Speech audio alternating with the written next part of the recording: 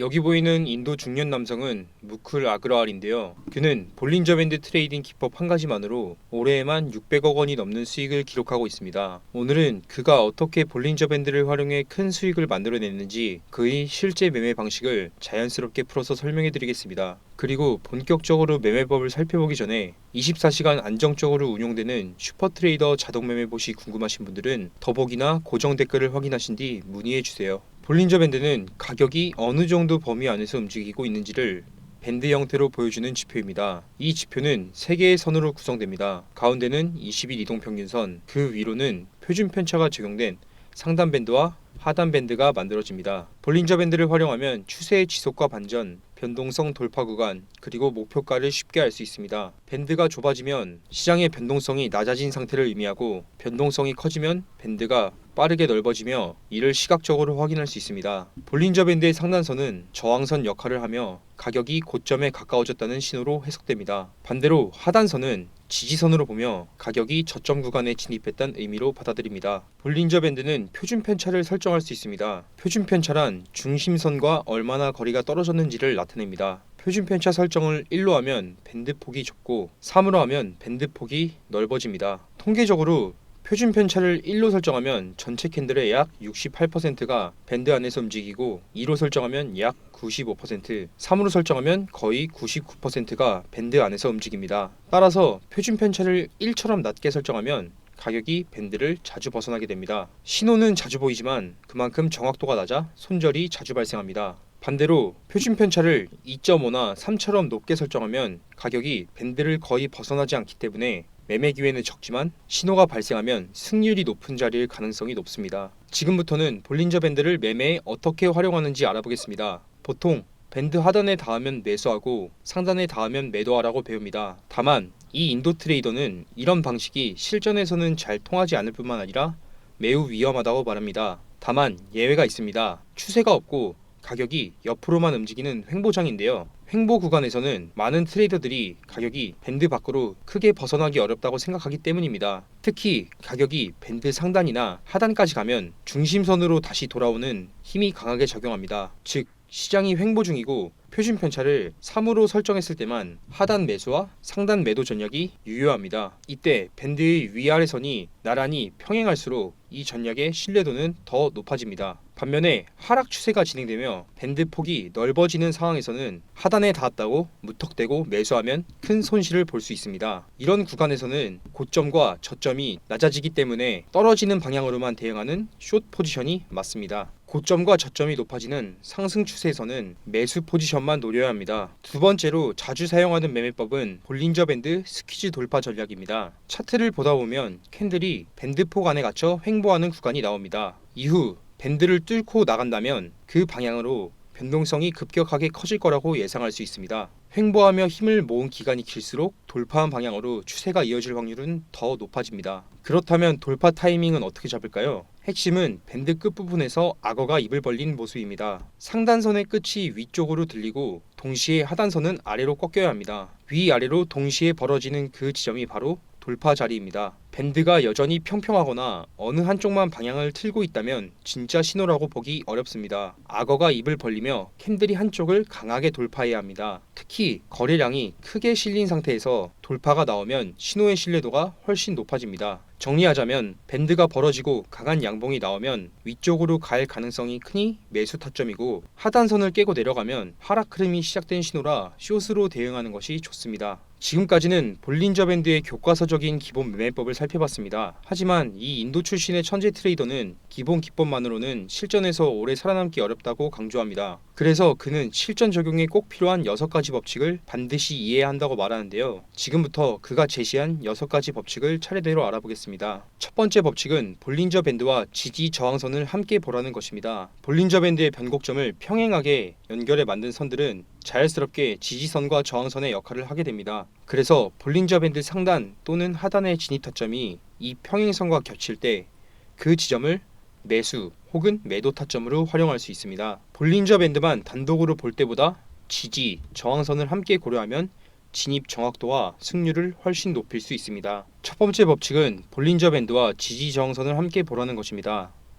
볼린저 밴드의 변곡점을 평행하게 연결해 만든 선들은 자연스럽게 지지선과 저항선 역할을 하게 됩니다. 그래서 볼린저 밴드 상단 또는 하단의 진입 타점이 이 평행선과 겹칠 때 그 지점을 매수 또는 매도 타점으로 활용할 수 있습니다. 두 번째 법칙은 강한 상승이나 하락 추세가 나타난 뒤에는 일정 기간 가격 횡보가 찾아온다는 점입니다. 이때 볼린저 밴드의 상단선과 하단선이 거의 평행하게 움직이며 각각 저항선과 지지선의 역할을 합니다. 이 기간에는 가격이 밴드 안에서만 움직일 가능성이 높기 때문에 하단선에서는 매수, 상단선에서는 매도 전략이 유효하게 작동하게 됩니다. 세 번째 법칙은 볼린저 밴드를 다른 보조 지표와 함께 사용하면 승률을 크게 높일 수 있다는 것입니다. RSI와 볼린저 밴드를 차트 하단에 함께 배치해 보겠습니다.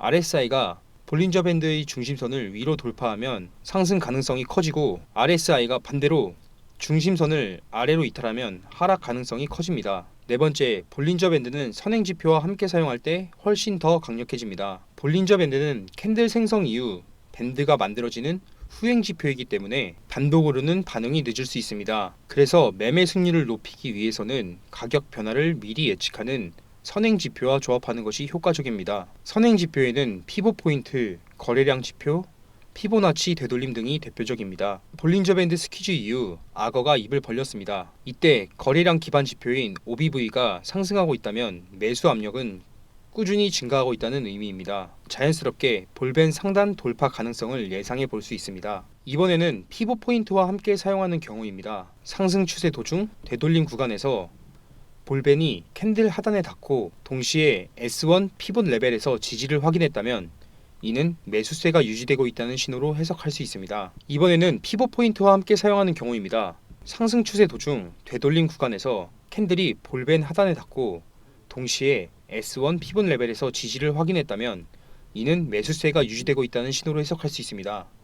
실제로 이후 가격이 다시 상승했습니다. 반대 상황도 살펴보겠습니다. 하락 추세에서 되돌림이 나오는 시점에 캔들이 볼밴 상단에서 저항을 받고 피봇 포인트 중심선 역시 저항으로 작용한다면 두 개의 저항이 겹치는 구간이 됩니다. 이런 경우 추가 하락 가능성을 비교적 명확하게 예상할 수 있습니다. 다섯 번째 법칙은 볼린저 밴드의 타점 구간에 캔들 패턴 신호가 함께 나타날 때를 노리는 것입니다. 밴드 하단에 닿았다는 이유만으로 매수하는 것보다 강한 반전형 캔들이 동시에 나오면 가능성이 높아집니다. 특히 역추세 매매를 할 때 이 캔들 패턴은 매우 유용합니다. 대표적인 반전형 캔들 몇 가지 알려드리겠습니다. 첫 번째는 상승 장악형 패턴입니다. 볼린저 밴드 하단 부근에서 양봉이 이전 음봉을 완전히 덮어버리는 모습이 나오면 매수세가 크다는 의미입니다. 이 경우 하락 흐름이 끝나고 상승으로 뒤집힐 가능성이 높습니다. 다섯 번째 법칙은 볼린저 밴드의 타점 구간에 캔들 패턴 신호가 함께 나타날 때를 노리는 것입니다. 밴드 하단에 닿았다는 이유만으로 매수하는 것보다 강한 반전형 캔들이 동시에 나오면 가능성이 높아집니다. 특히 역추세 매매를 할 때 이 캔들 패턴은 매우 유용합니다. 대표적인 반전형 캔들을 몇 가지 알려드리겠습니다. 첫 번째는 상승 장악형 패턴입니다. 볼린저 밴드 하단 부근에서 양봉이 이전 음봉을 완전히 덮어버리는 모습이 나오면 매수세가 크다는 의미입니다. 이 경우 하락 흐름이 끝나고 상승 흐름으로 뒤집힐 가능성이 높습니다. 두 번째는 망치형 패턴입니다. 몸통은 작고 아랫꼬리가 긴 형태인데 이는 장중에 가격이 크게 밀렸다가 저점에서 강한 매수가 들어와 다시 끌어올린 상황을 말합니다. 이 신호 역시 상승 전환 가능성이 큽니다. 세 번째는 모닝스타 패턴입니다. 이 패턴은 3개의 캔들로 만들어집니다. 첫 번째 캔들은 긴 음봉으로 하락이 강하게 나타나고 두 번째 캔들은 작은 몸통의 캔들이 나오며 하락이 멈춥니다.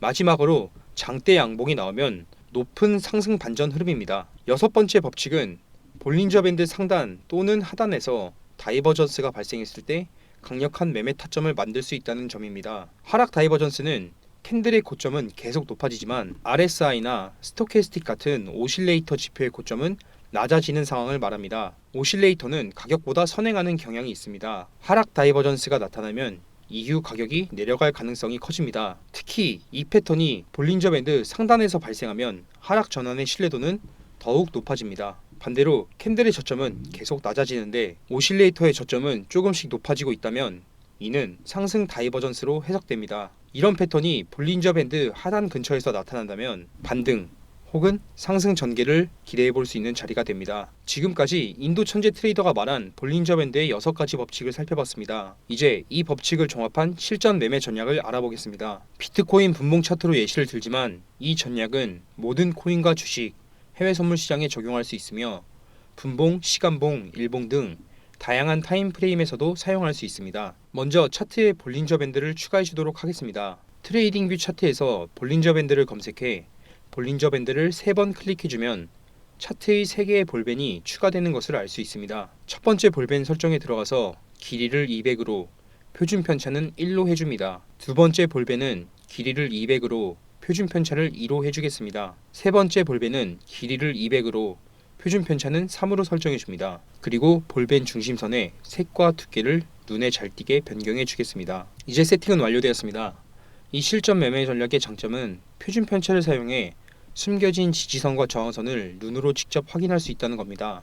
이를 변동성 채널이라고 합니다. 또한 이 매매법을 사용하면 현재 추세의 강도와 진입 타점 그리고 추세가 반전될 시점을 복잡한 계산 없이 한눈에 파악할 수 있습니다. 먼저 상승 추세부터 보겠습니다. 캔들이 중심선과 첫 번째 밴드 사이에 있다면 상승 추세가 약한 상황입니다. 힘이 충분하지 않아 다시 횡보하거나 하락으로 꺾일 수 있는 구간입니다. 캔들이 첫 번째 밴드와 두 번째 밴드 사이로 올라오면 상황은 달라집니다. 이 구간은 강한 상승 추세를 볼 수 있으며 가격이 더 올라갈 가능성이 큽니다. 캔들이 첫 번째 밴드와 두 번째 밴드 사이로 내려오면 강한 하락 추세입니다. 그리고 세 번째 밴드와 네 번째 밴드 사이까지 가격이 밀려 내려왔다면 매우 강한 하락세입니다. 이제 추세의 강도를 읽었으니 구체적인 진입 타점을 잡아보겠습니다. 먼저 매수 타점입니다.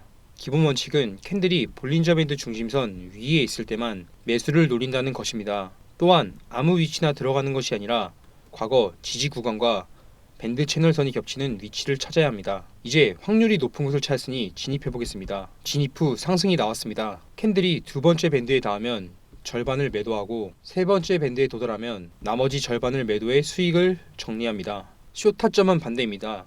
캔들이 중심선 아래에 있을 때만 숏을 보며 저항선과 밴드선이 맞물리는 자리를 찾는 방식입니다. 자리를 찾았으니 진입하겠습니다. 진입 후 가격이 하락했습니다. 마찬가지로 캔들이 두 번째 밴드에 닿으면 절반을 매도하고 세 번째 밴드까지 도달했을 때 나머지 절반을 매도해 수익을 정리합니다. 이번에는 이 매매법의 타율을 더 끌어올리기 위해 다이버전스를 활용하는 방법을 알아보겠습니다. 먼저 보조지표로 MACD를 추가합니다. 그리고 설정창에서 히스토그램을 제외한 나머지를 체크 해제합니다. 상승 다이버전스를 보겠습니다. 가격은 계속 하락하며 밴드 세 번째 라인 아래에 위치합니다. 하지만 MACD 히스토그램의 저점은 오히려 올라갑니다. 바닥에서 매수 힘이 들어오고 있다는 뜻이기 때문에 이후 상승으로 돌아설 가능성이 큽니다. 실제로 진입 후 상승했습니다. 이번에는 하락 다이버전스입니다. 밴드 세 번째 라인에서 가격은 고점을 높입니다. 하지만 히스토그램의 고점은 오히려 낮아집니다. 즉 하락 다이버전스입니다. 히스토그램은 가격보다 먼저 움직이기 때문에 곧 가격도 힘이 빠지며 떨어질 가능성이 큽니다. 포지션 진입 이후 하락이 나왔습니다. 오늘은 볼린저 밴드를 극한으로 활용한 매매 전략에 대해 알아봤습니다. 트레이딩뷰 차트에 볼린저 밴드를 3개까지 적용하면 실전 매매에 더 유용하게 활용할 수 있는데요. 직접 3개를 추가하려고 하면 유료 결제 안내가 뜨기 때문에 기본 설정만으론 적용이 어렵습니다. 그래서 저희 구독자분들 중에서 문의를 주신 분들께 볼린저 밴드 3개를 무료로 설정할 수 있는 방법을 따로 안내해 드리고 있습니다. 방법은 간단합니다. 영상 하단에 더보기를 누르시고 카톡 링크로 들어가서 숫자 3번과 볼린저 3이라고 메시지를 남겨주세요. 그러면 무료로 3개의 볼린저 밴드를 설정할 수 있는 방법을 안내해 드리겠습니다. 궁금한 점이 있다면 언제든지 댓글로 질문해 주세요.